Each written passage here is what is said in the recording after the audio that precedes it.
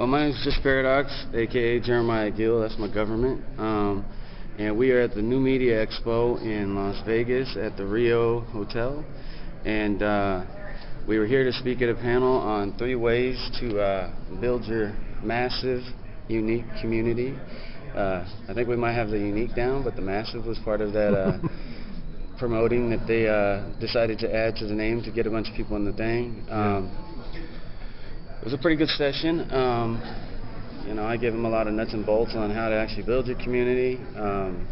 It was really cool to see Syntax actually do a song blog and kind of teach on that.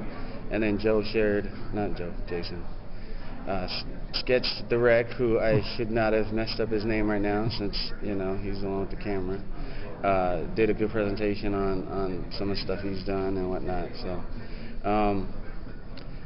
How do you describe this event for people who don't know what New Media Expo is? Well, New Media Expo is basically the nerd South by Southwest. I mean, it's like, all the bloggers, podcasters, new media, social media. When you think about the future of entertainment, the future of content management, a lot of people here are looking to provide internet, online services for web TV and all sorts of online radio, stuff where people can control the content, they can be participants in the content and replace. It's more of an anti-establishment kind of thing. I've had talks with Rick Calvert, the guy who runs the whole thing, and it's always kind of like the voice of the people, kind of like the whole,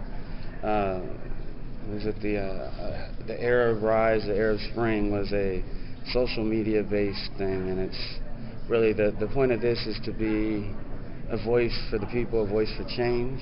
Mm-hmm. As far as it connects to Christian hip-hop, I'm sorry, I keep touching the table, keep shaking. But as far as Christian hip-hop goes, I think the future of a lot of things, whatever it is that people are doing, hip-hop, music, blogging, writing, all of it comes down to connecting to people on their mobile devices, websites, blogs, podcasts. All this stuff is a lot of people spend a lot of time every week on YouTube, reading blogs, podcasts, following people on Twitter. One of the interesting statistics now is a lot of people sign up for Twitter, and they don't comment, they don't do anything, they don't retweet, they just get on Twitter just to read everybody else's feed. So we're getting to a society where the consumer concept is around personalities and people. So if you can brand yourself and bring people into your world, it's really important, I think, for Christian rappers to start using social media, vlogs, podcasts, web TV, even doing web episodes. We got the free mixtapes down, we got free compilations down. I mean, that stuff's there. I mean, it's useful, but I think there's a whole lot more personal dynamic, branding yourself, being able to reach people and have a personal connection with them. Mm-hmm. Something I talked about in my session is taking your offline fans into your online world, or people that have been your family and friends that you can't reach, and fans, you keep them in contact with you through the content you provide. Keep it intriguing and interesting. And then the other thing is taking the online fans and creating some kind of offline stuff for them to do as well. Yeah. So that's probably the general sense. I think that the future is this kind of stuff, and even though I say it's like the nerd South by Southwest, it really has a lot of a good takeaways to teach you things that you can do to better brand yourself and make money actually being a podcaster, blogger, video blogger, all that kind of stuff. You can actually make money on the side. I mean, some people are able to quit their job and do this stuff full time. Others do it as a hobby and have a supplemental income. So these are things that you can do that can make you money too as well, not just brand yourself and connect yourself to your fans. And a lot of smart brands are doing this stuff. I mean, even the big brands. I mean, one of the biggest sponsors for this event and biggest social media user is Ford. Now, I'm not a fan of Ford, I don't drive a Ford, but the fact that they're so invested in that, I mean, take that down to the smallest brand. I mean, you may not consider yourself a brand, and the thing I've heard from Christian artists at times is, I'm not trying to sell myself. I'm not trying to, I just want to minister. And I'm like, well, but you don't understand that your ministry is part of who you are, and being who you are and expressing who you are authentically and letting people see all aspects of that is a form of branding. Whoever you are, your swag, whatever that is your brand. I mean, to have a swag is to be branded. Style of clothes, a way of behavior, a style of music.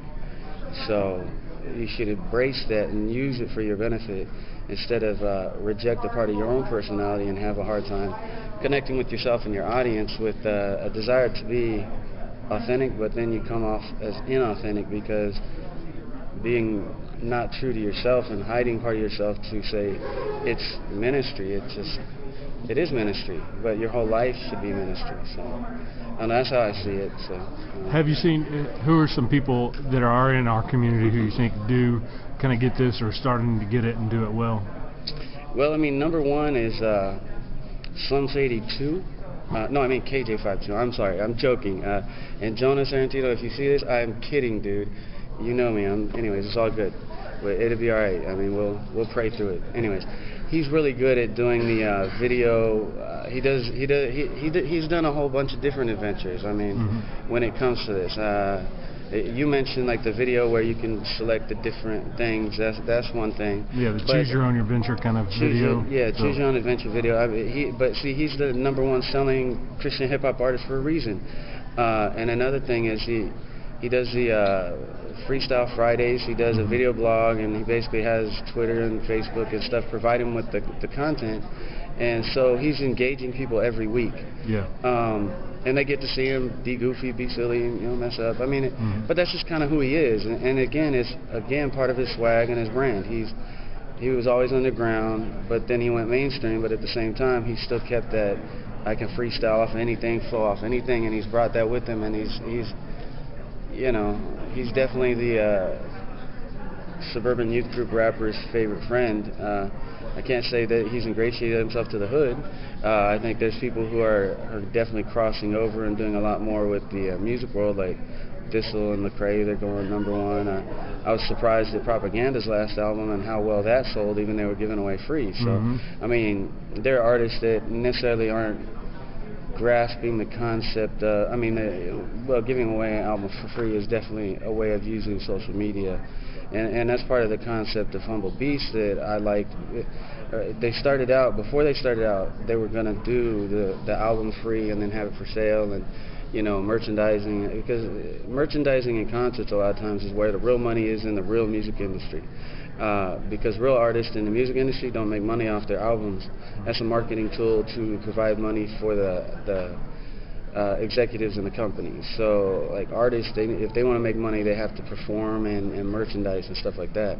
One of the things I liked from the time that Chester French and some of those underground rappers came here is that they had, they talk about their use of social media,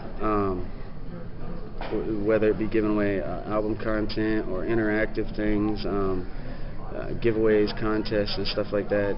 I think it's important to connect with people. I mean, honestly, I would have to say that KJ is a prime example. I can't tell you many other people who've actually embraced it on a effective level in which it's even reached me or that I know about it. I mean, there might be people doing it. I mean, of course, you see people tweeting about their album or randomly adding you on Twitter because they got some new project out.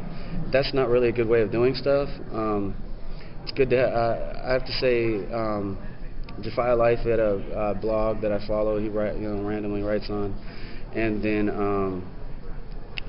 Manchild, I follow his blog, which is Life Don't Rhyme, and he just talks about his life, his girls, his kids, and stuff. And so that's just a way of personalizing things. Plus, he did have the Manchild Insider subscription service for a while, which was a really good concept where he was using it.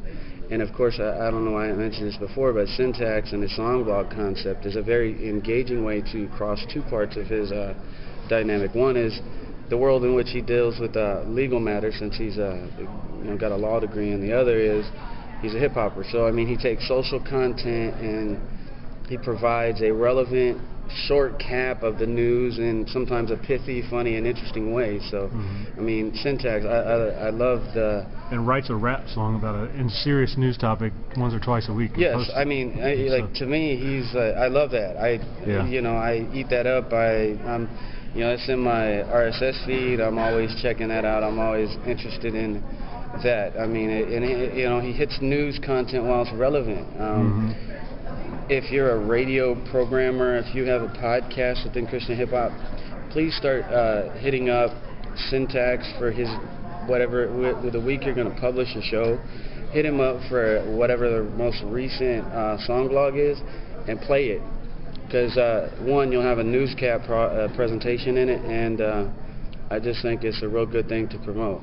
So, Wado Radio and whoever else is out there, hook a brother up, because I really think that needs to be promoted. That's something within Christian hip hop that I know that there's a lot of rappers in just general who do a annual recap every once in a while and stuff like that. I think Saigon used to do it for a while, and Chino XL and stuff like that. But it's definitely a new concept, and it's something that I think us Christian hip hop rapper people should promote, something that's on the cutting edge and forefront, to the point that, you know, it's popular with us, and then when it breaks elsewhere, we're part of the journey as opposed to being left out, because we need to be part of this stuff. There's a revolution going on, and whether or not we participate in it, there's a lot of social unrest in America, and we may not get to the point where we have a to here square, but with the rumblings of the Tea Party and Occupy movement, people are dissatisfied, and I think at the end of 4 more years, people are going to be dissatisfied. And even if we go back to, say, a Republican, we're going to be dissatisfied. There's going to be a point soon that, you know, there's going to be some real change, and if you're not part of it, get left behind. So why don't Christian hip-hoppers be part of that social commentary? It's good to see when Christian rappers get involved with social issues, and I have to say I really was ingratiated to Reach when I started seeing Lecrae and others going to Darfur and doing missions over there, because that whole Darfur thing was something that I was passionate about raising money for and being involved with, and so social issues and being socially connected are things that I think are really important. Yeah, cool. Well, thanks very much. Where can people find you online? I'm all over the world. No. Just your Twitter and the main website, I guess. para-DOX.org is the primary contact where you can get my ramblings. It's the tag is Transforming Illogical Philosophical Minds. So if you want to be challenged in thought and worldview and concepts, my primary goal with that is to challenge people to think differently, be open, and be willing to change the world. And my Twitter is just para-DOX, like it sounds, JUSTPARADOX. Cool, thanks. So, thanks, man.